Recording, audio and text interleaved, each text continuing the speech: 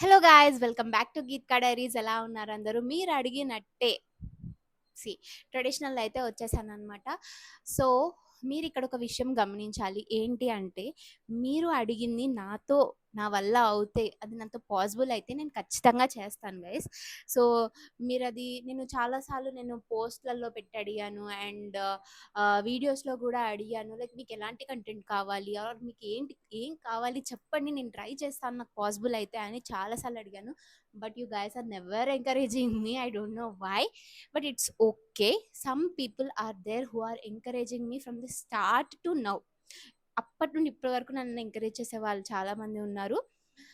So I will keep on trying until I succeed. నేనైతే ఆపాలని అనుకోవడం లేదు, సక్సీడ్ అయ్యే వరకు ట్రై చేస్తాను. సో ఈరోజు మన అగ్ని పరీక్ష ఎపిసోడ్ 3 రివ్యూ చూసేద్దాం. So let's come on. నాకైతే ఈరోజు ఎపిసోడ్ నచ్చింది, బాగుంది.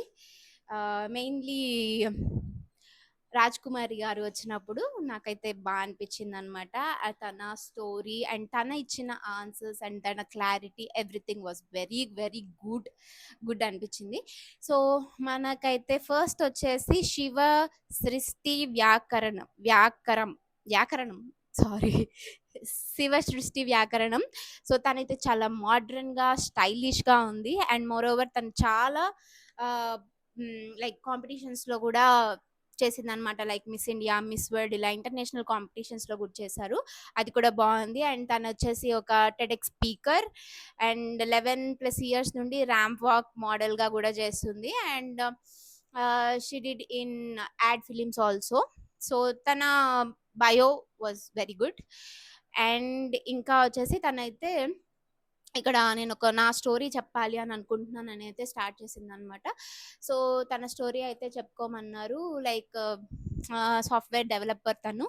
సో తనకి వాళ్ళ ఫ్రెండ్స్ అందరూ సజెస్ట్ చేశారు, లైక్ చాలా హైట్ ఉంటావు కదా నువ్వు మోడలింగ్కి ట్రై చేయొచ్చు, బాగుంటుంది అని చెప్పేసి. సో తను ఇంట్లో వెళ్ళి చెప్తే యాజ్ యూజువల్ ఇండియన్ పేరెంట్స్ ఏమంటారో అలాగే వాళ్ళ పేరెంట్స్ కూడా నో అమ్మ, వద్దు మనకి ఇవన్నీ అన్నట్టు అన్నారు. బట్ వీకెండ్స్లో చేసుకోవాలంటే చేసుకో అని అయితే ఒక సపోర్ట్ ఇచ్చారనమాట. దాని తర్వాత తను ముంబై వెళ్ళడము అండ్ వాళ్ళ డాడీ దానికి ఒప్పుకోవడం, ముంబై వెళ్ళి నీకు ఏది కావాలో అది చెయ్యి అని చెప్పడము.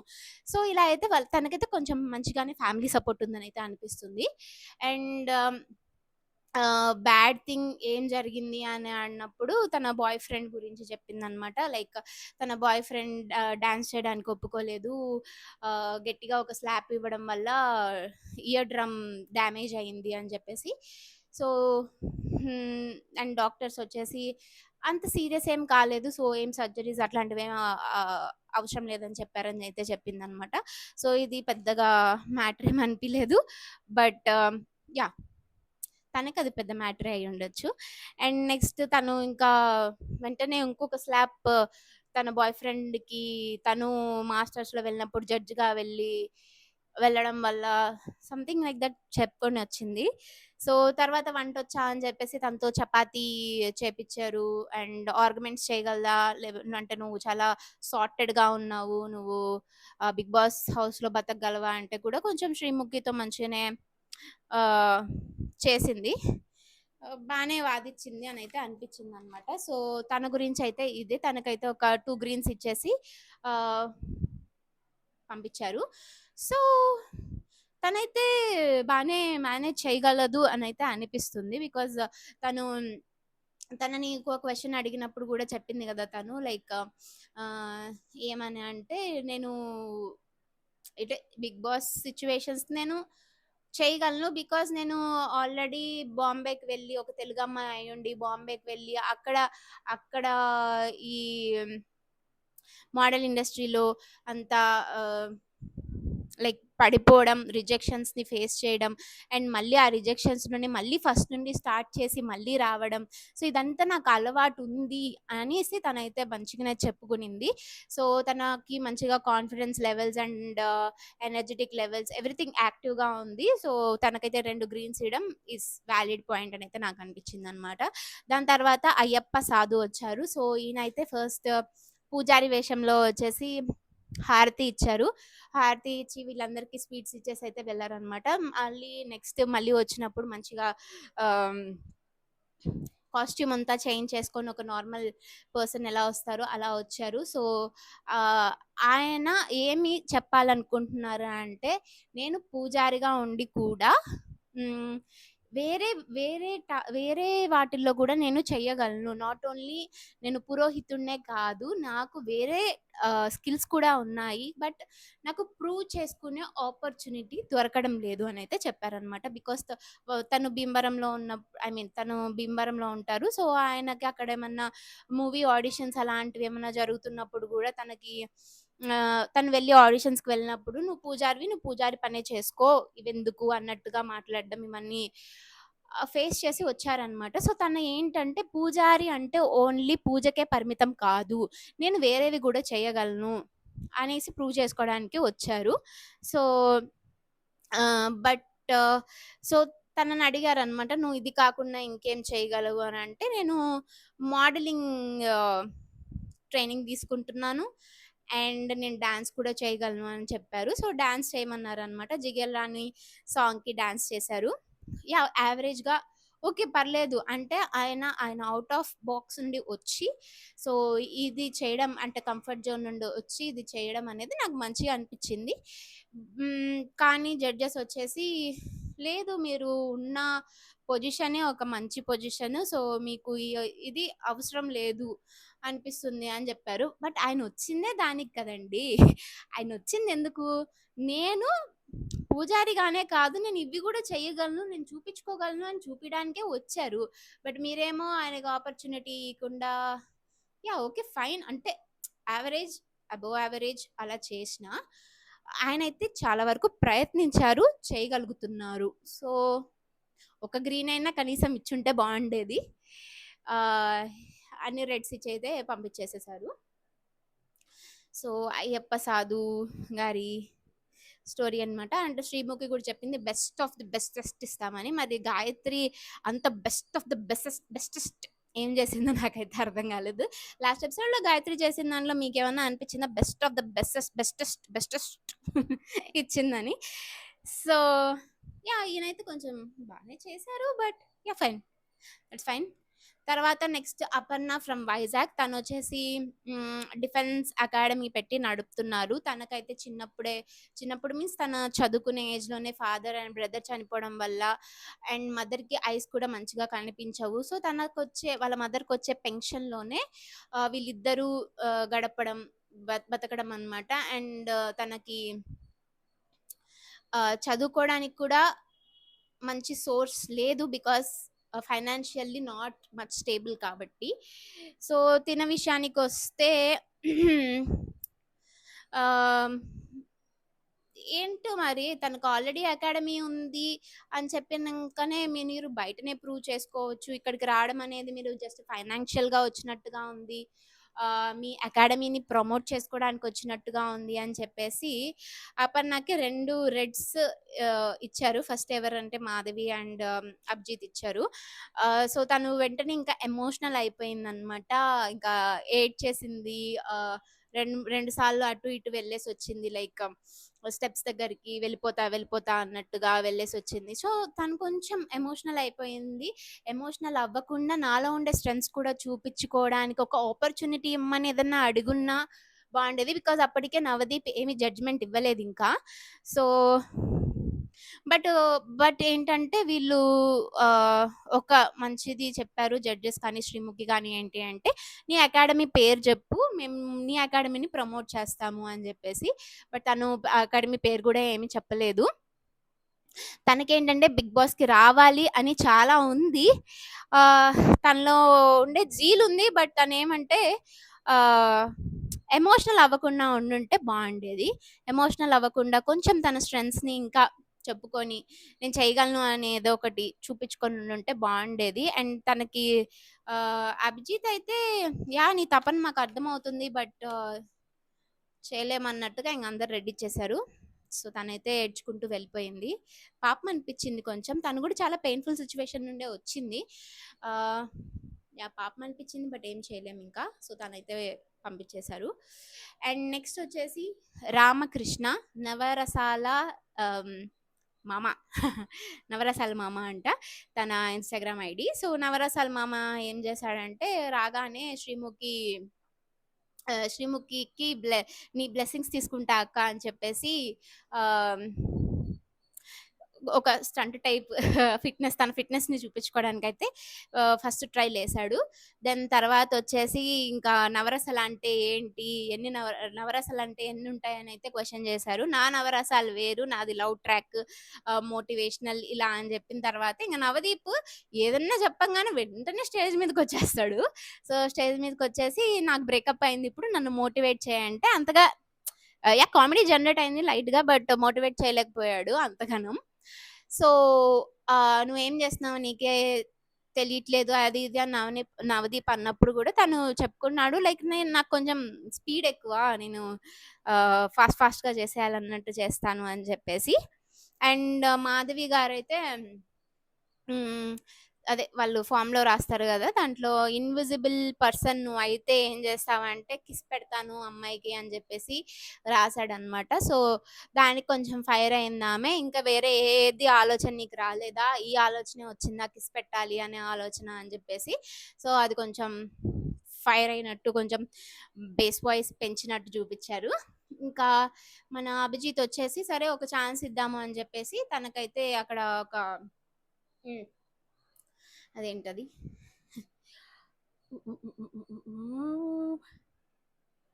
బ్యారెల్ తనని ఒక బ్యారెల్ పట్టుకొని బాహుబలిలో మోసుకొని వస్తారు కదా శివుణ్ణి, అలాగా చెయ్యి అని చెప్పారు, చేశాడు. సో తనకైతే ఒక ఛాన్స్ ఇద్దామని చెప్పేసి అభిజిత్ అయితే ఒక గ్రీన్ ఇచ్చారనమాట.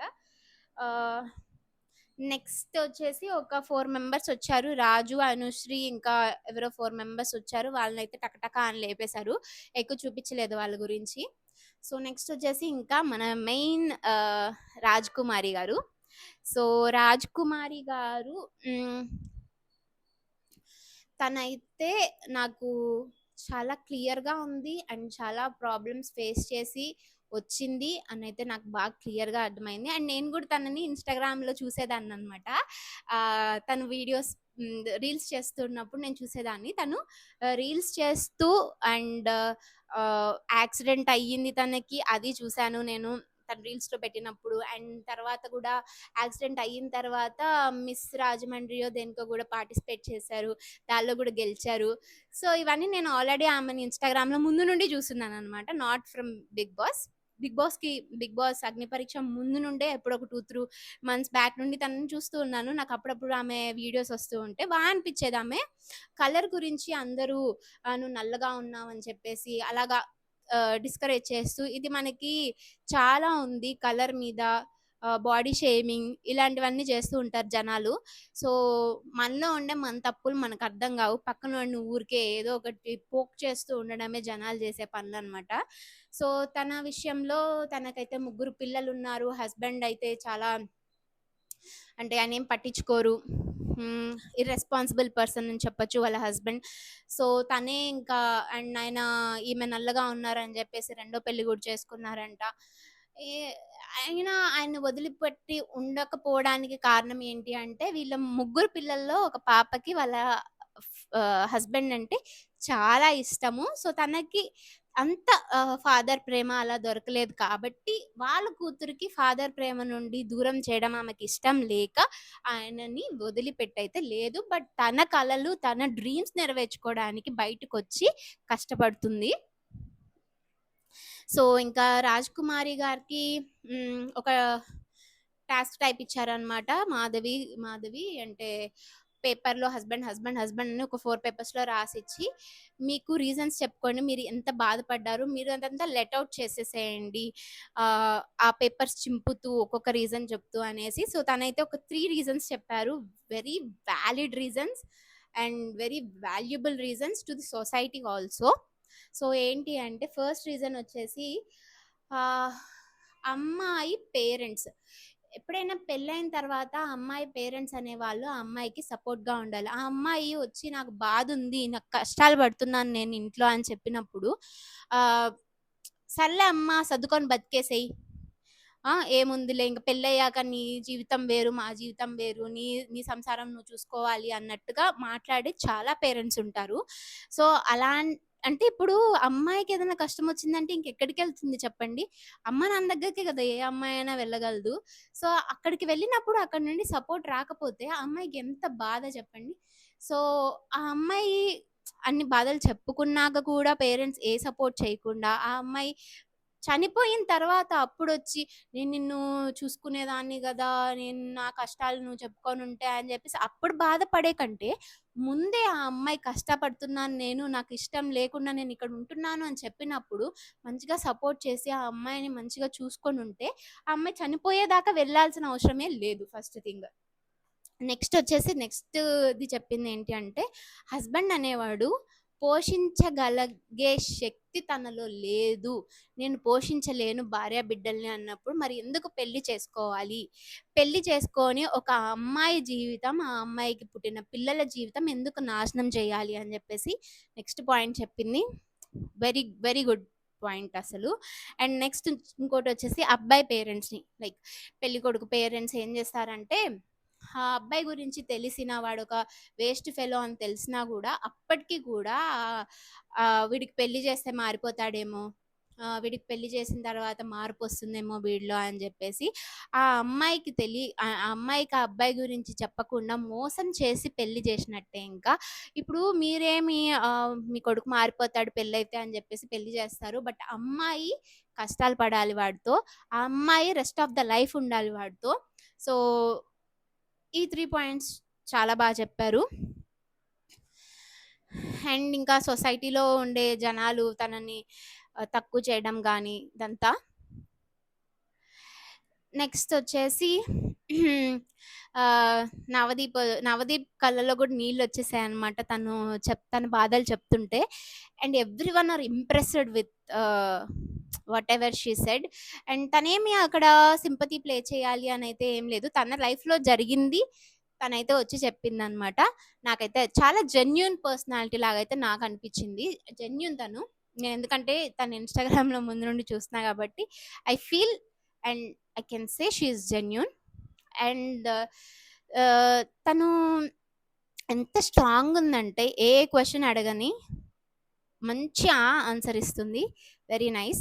అండ్ ఇంకోటి ఏంటి అంటే ఇట్లా నవదీప్ చందమామ సినిమా సో కొంచెం లైక్ ఫ్లర్ట్ టైప్ సంథింగ్ చేశారు. బావుంది. అండ్ ఊర్లో వాళ్ళంతా ఇప్పుడు తనకు గ్రీన్ ఇచ్చిన తర్వాత ఊర్లో అంతా మీరంతా కుళ్ళుకొని సావండి అని చెప్పేసి అనడం గాని, అండ్ నాకు సపోర్ట్ చేసిన వాళ్ళందరికీ చాలా థ్యాంక్స్. అండ్ నన్ను చూసి కుళ్ళుకున్న వాళ్ళందరూ ఇంకా కుళ్ళుకొని సావండి అని చెప్పేసి కూడా మంచిగా చెప్పిందనమాట.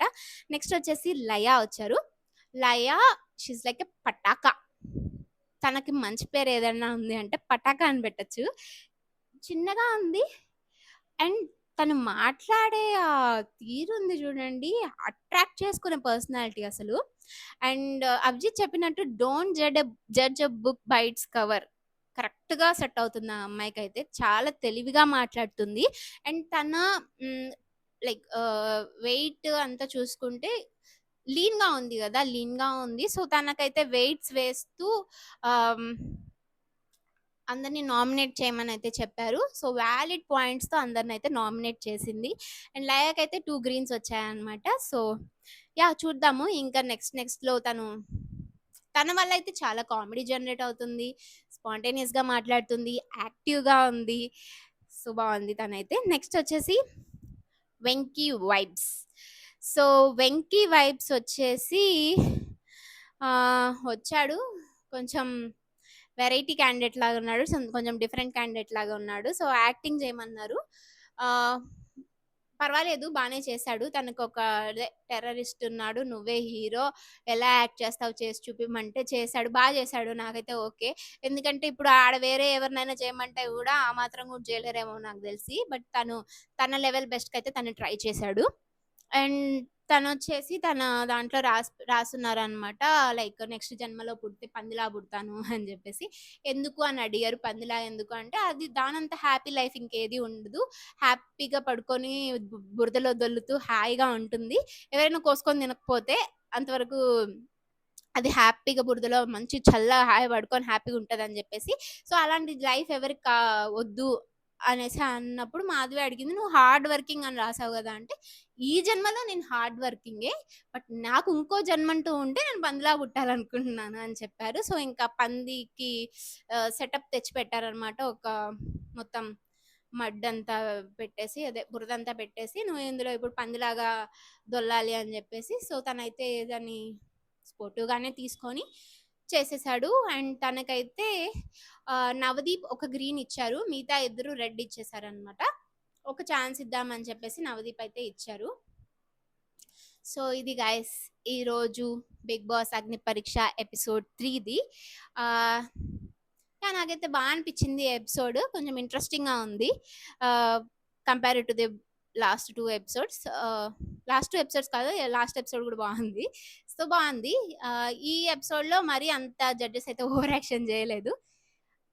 బానే మాట్లాడారు. బానే ఉన్నారు. సో, పోను పోను గూడా జడ్జెస్ కొంచెం మంచిగా మనుషులతో మంచిగా ప్రవర్తిస్తే బావుంటుంది. ఈ ఎపిసోడ్‌లో బావుంది. So, that's it guys. మీరు ఇంకా నా ఛానల్‌ని సబ్స్క్రైబ్ చేసుకోకపోతే please do like, share and subscribe to Geetika diaries. And ఇంకా కొన్ని ఇంకా మంచిగా ఈ సీరీస్‌తో నేను ముందుకొస్తూనే ఉంటాను. అండ్ నా లైఫ్‌లో జరిగేవి గూడా నేను పోస్ట్ చేస్తూ ఉంటాను. So, please keep supporting. And అంతే గైస్. ఈ వీడియో మీకెలా అనిపిచ్చింది అనేది మీరైతే కామెంట్ బాక్స్‌లో కామెంట్ చేయండి. నేను ఇంకా ఏమన్నా ఇంప్రూవ్ చేసుకోవాలా అనేది గూడా కామెంట్ బాక్స్‌లో కామెంట్ చేయండి. So that's it for this video. See you all in my next videos. Until then, bye bye.